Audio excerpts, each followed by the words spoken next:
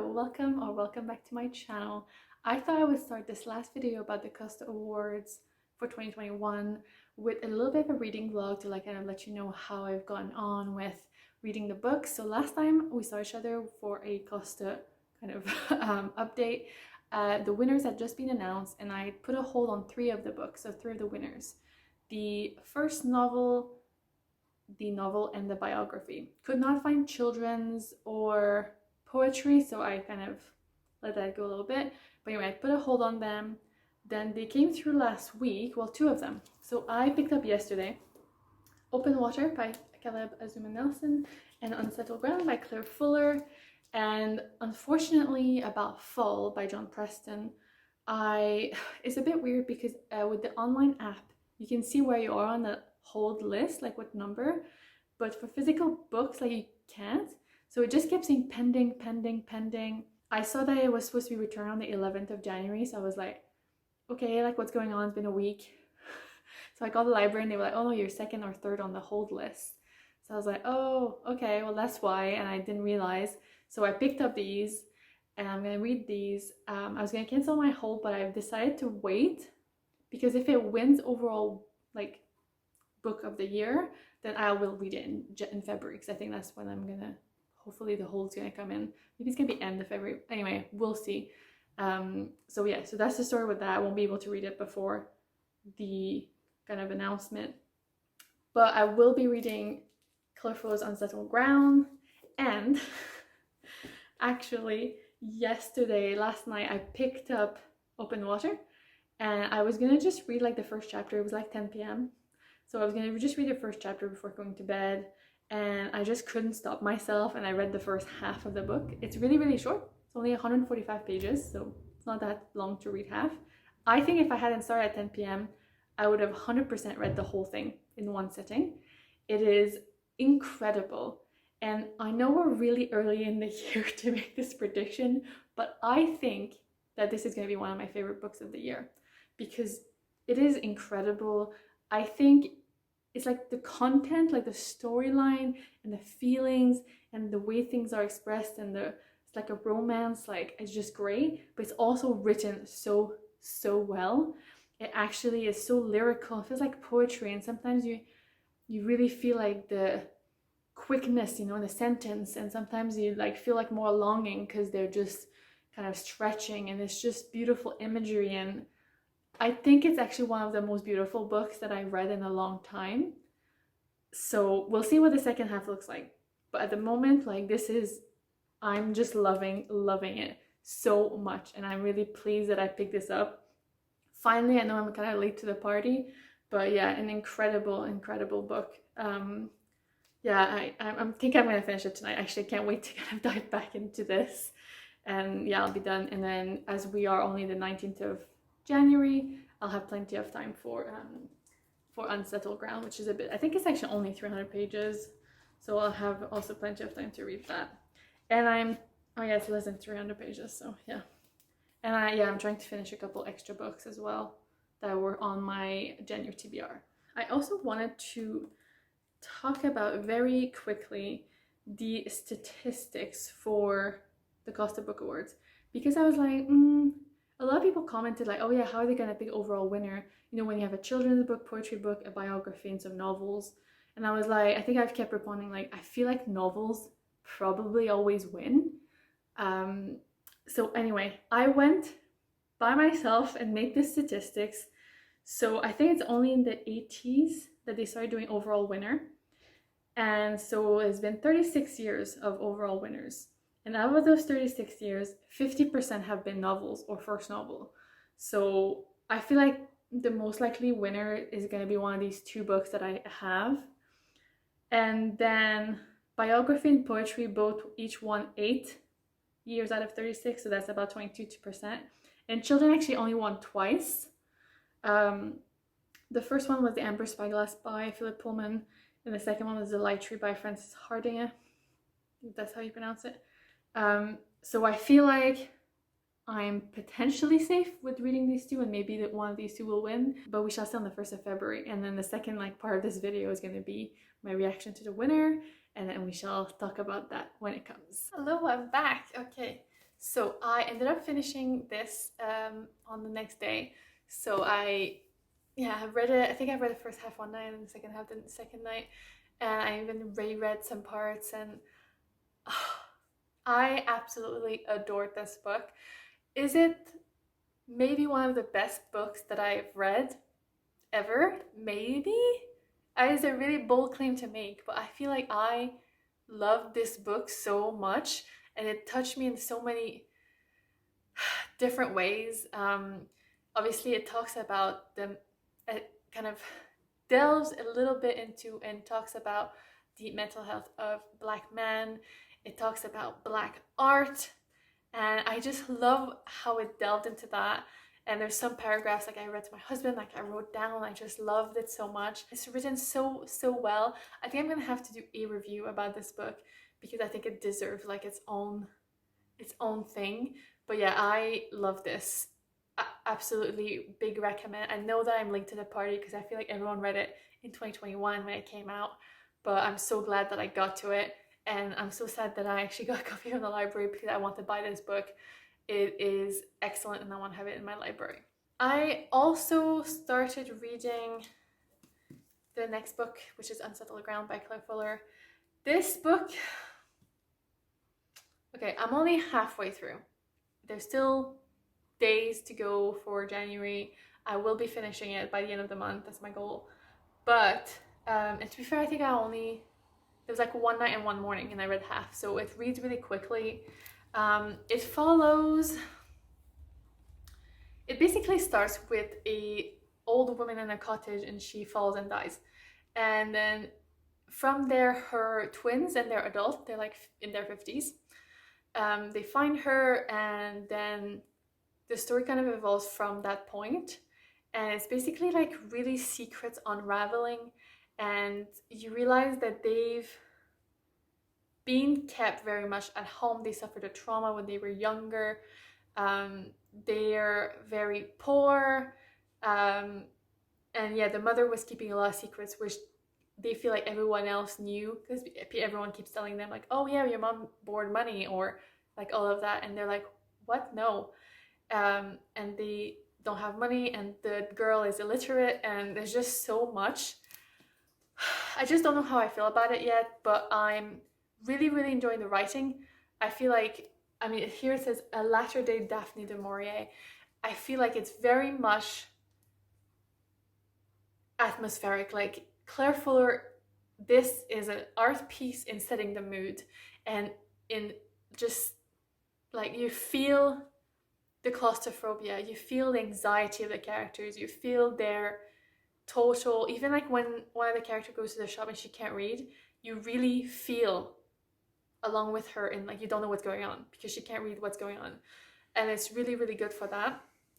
That said, it feels like something I'm not connecting with it. I think it's because there's so many things that sometimes I can't relate because we're not reading books to relate, but it still sometimes needs to be one thing that you're like, yes, you know, you want to follow. And at that point, there's none of that in this book. So it's all on me for Claire Fuller's writing because, yeah, it's really good. I also kind of want to know the secrets. So I guess it's kind of pulling me in that way. But the characters up to now, not a fan at all. We'll see where it goes. I will report back. My early assessment is that this is a book for like millennials and Gen Z, and this is a book for Gen X and boomers. So very different kind of, this is like the city and the youth and the euphoria and the grief of being in a black body, and you know, all of that. And this is very much like white working class, like countryside rural England. Yeah, so that's kind of what I'm getting from it. So very different. Again, I don't know how you can pick a winner. Obviously at the moment the winner for me is Open Water. Obviously, just absolutely loved it. Every second of it I loved. And when I finished it, I was like, I need to reread it, and I will try to reread it actually because there's loads of notes I want to take. But yeah, I'm really enjoying this as well, even though the characters are a bit. But yeah, I will report back. Hello, I'm back. I'm about to go for a run. It's lunchtime, so not looking really particularly put together, but I did want to jump on to say that I finished Unsettled Ground by Claire Fuller. I finished at like 11:20 p.m. on the 31st of January. I wanted to make sure I finished it for my January wrap up and before the announcement on the 1st of February. With the second, I missed the announcement yesterday, but I will react right after I've given you my thoughts on this book. So the second half was really quick to read. Like once the secrets start unraveling, I was really struggling to put down the book because it was like pulling me in, which I really appreciated. I still have very similar thoughts like I did in my like first half, is that I love the writing. I think Claire Fuller's done an amazing job of doing atmosphere and feeling of anxiety and claustrophobia and just the general atmosphere of a small rural town and the oppression that kind of that feels. I really didn't like the characters. I just didn't, and I know like I don't want to judge them, and I feel like this book is very good at giving us like a portrayal of people who are a bit like ostracized from society and outside of like they don't have bank accounts, they don't have like all of that. The woman didn't really go to school, so she doesn't know how to read and stuff like that. They're very proud, and that's very different from my reality. Like I feel like I would ask for help like at the minute that I need to, and they just don't want to, even though they desperately need help. It was difficult to see obviously them being always pushed aside, and you feel like for them because they feel like victims but they don't want to be. And yeah, so I have a lot of mixed emotions because I feel like I love the writing, I love kind of where this story is unfolding with the secrets, and the mother character, she's only in the first chapter because she passes away in the first chapter, and then it's like basically like almost like her ghost is haunting like all the decisions that she took for her children, who are like 51, 52 in this book. And I kept having to remind myself of that because they act like they're teenagers and like very, very young, which is something that I've also struggled with. And maybe it's like their general ignorance.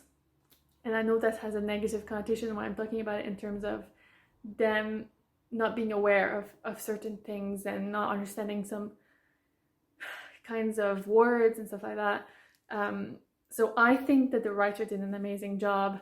I think this definitely took me out of my comfort zone. Like, obviously this is like working class, working poor, people, I mean, they're not on benefits because they don't want to ask for help, but you know, they should be on benefits because they don't really have much. And it's rural England as well. So I thought that was an interesting window, and I really appreciate that I read this book. I'm glad that this kind of reading the books for Costa Book Award kind of brought me to read these books, but I wouldn't say that this is a book that I loved. Obviously for me, Open Water is a top book, and I think it's just because I can relate to it more because it is a book by someone who's close to my age, someone who grew up in a city, someone who's into the arts. It's like so much closer to me, so I guess for me like that just makes more sense to me. But I appreciate reading the other one. So anyway, for my predictions, well, I don't have a prediction because I have no idea who will win. I mean, maybe the biography will win or has won. The announcement was yesterday, and I've been staying off social media, and I've been like trying to delete all the emails because I'm signed up to so many bookshop emails, and last night they were all like, here's the winner, and I was like, no. So deleting all of them. So yes, I will do that now though. But yes, I don't have like I don't have a prediction. I haven't read all 5 and I can't, but between the two, I did prefer Open Water. So that's my personal preference. All right, so I'm going to look for the announcement now to get my kind of reaction, and then I can just chat a little bit about what I thought. Let's see. Costa. Okay. And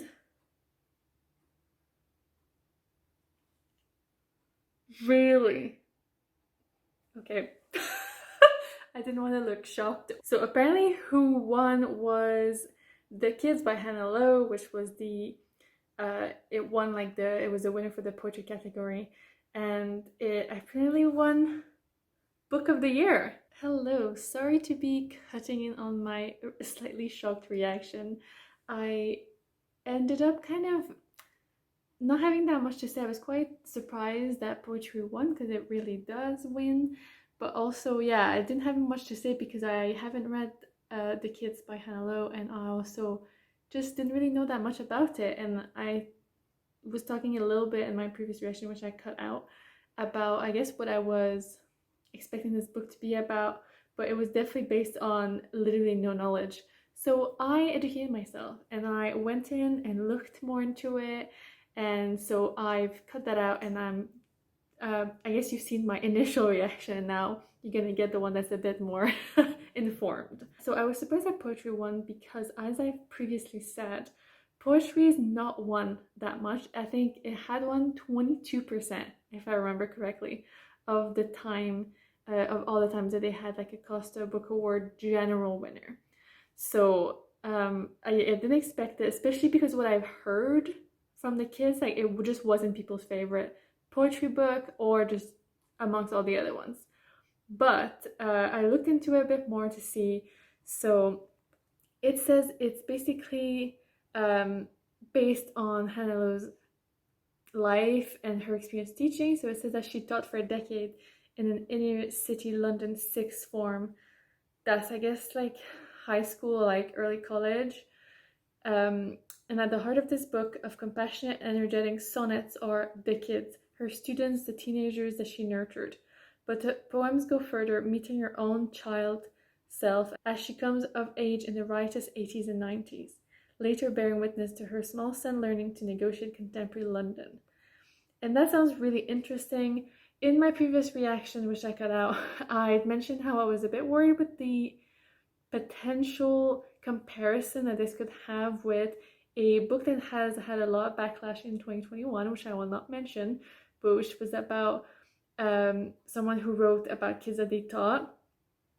But I read in the review, so I informed myself a little bit more, and apparently this book toes the line really well in terms of like intersection of race and gender and youth and class and all of those things, which I was really glad to hear.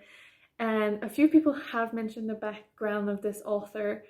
I believe that she has some heritage in the Caribbean, but I'm not sure. So, which is potentially a reason why she had that ability. I mean, it's not difficult. You don't have to be mixed heritage and mixed race to know how to handle this well. But it's, you know, it's nice to see her doing that, and it's kind of made me want to read this a little bit, mostly because I'm really interested in that kind of intersection of gender, of race, and of class. I think in class, especially since I've been in the UK, I think it's really important discussion. So yeah, I wanted to say congratulations, massive congratulations to Hannah Lowe, but also congrats to all the winners, you know. I wanted to highlight, and I will put all of the pictures here, Caleb Azumah Nelson, Claire Fuller, John Preston, and I think it was Mann. So just because each of them won obviously the best in their own category, so obviously huge congrats. I'm really glad that I read Claire Fuller's book, and Open Water, loved it. I don't think I'll bother reading John Preston's biography of Robert Maxwell. I think I'll decline that hold when it comes from the library. But I'm definitely interested in reading The Crossing, and I'm definitely interested now in reading The Kid, especially that it's won the prize, and I kind of want to see what the fuss is about, and see what perspective that Hannah Lowe has brought to, I guess, growing up and learning, and also hopefully as an almost homage to the kids that she used to teach. So thanks again for watching this kind of haberdashed video of different opinions, and hey, see you back. Bye.